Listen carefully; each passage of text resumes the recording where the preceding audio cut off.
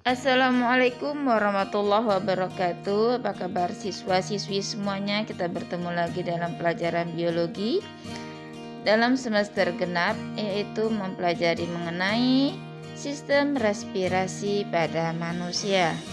Nah, tujuan pembelajarannya untuk kali ini adalah untuk mengetahui apa saja alat-alat respirasi pada manusia. Baiklah, marilah kita simak pembelajaran ini dan belajarlah dengan tekun karena ini berhubungan dengan kehidupan kita sehari-hari. Sistem respirasi manusia. Di dalam tubuh manusia dan hewan, energi kimia dalam makanan dapat digunakan setelah dioksidasi di dalam tubuhnya. Proses menghasilkan energi melalui oksidasi dalam makanan di dalam sel-sel tubuh disebut respirasi sel. Pada saat bernapas, kita menghirup udara yang disebut dengan inspirasi dan menghembuskan udara yang disebut ekspirasi.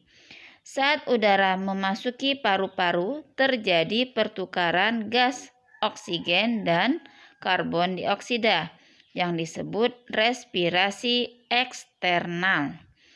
Darah yang mengandung banyak oksigen akan menuju jaringan tubuh. Pertukaran gas yang terjadi antara darah dan cairan jaringan disebut respirasi internal. Gas oksigen yang sampai pada sel akan digunakan untuk membuat energi, yaitu ATP yang dinamakan respirasi sel. Oke, sekarang kita lihat yang pertama, apa saja alat-alat respirasi. Itu yang terdiri dari rongga hidung, yang merupakan tempat pertama kali masuknya udara ke dalam tubuh.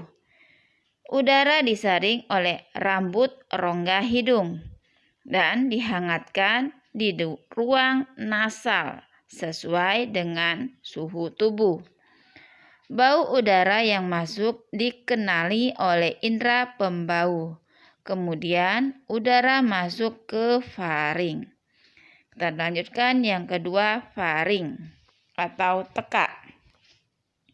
Merupakan daerah pertemuan saluran respirasi dan saluran pencernaan makanan. Pada faring terdapat katup penutup rongga di hidung yang disebut upula atau anak tekak. Selanjutnya, udara masuk ke laring. Nah, laring merupakan daerah pangkal batang tenggorokan. Laring terdiri atas kepingan tulang rawan yang membentuk jakun. Pangkal tenggorok dapat ditutup oleh katup pangkal tenggorok atau epiglotis.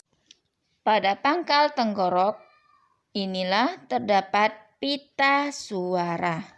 Kita lanjutkan, trakea atau batang tenggorokan. Merupakan saluran respirasi berbentuk pipa yang terdiri atas gelang-gelang tulang rawan dengan panjang sekitar 10 cm. Kita lanjutkan, paru-paru. Paru-paru dibungkus oleh selaput yang disebut pleura. Pleura terdiri atas selaput dalam, yaitu pleura visceralis, dan selaput luar, pleura parietalis. Pada paru-paru kanan terdapat 3 lobus, sedangkan paru-paru kiri 2 lobus. Setiap lobus terdiri atas lobulus dan masing-masing lobulus memiliki bronkiolus dengan sejumlah alveolus. Lanjutkan dengan bronkus dan bronkiolus. Bronkus dan bronkiolus merupakan percabangan dari trakea. Bronkus bercabang menjadi bronkus kanan dan bronkus kiri. Bronkus kanan bercabang menjadi 3 bronkiolus, sedangkan bronkus kiri bercabang menjadi 2 bronkiolus.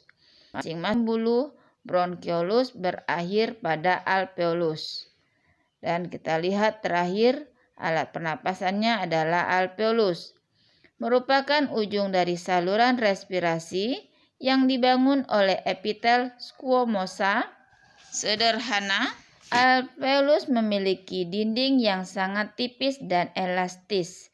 Pada permukaan luarnya terdapat banyak kapiler darah, sehingga memungkinkan terjadinya pertukaran gas oksigen dan karbon dioksida secara difusi.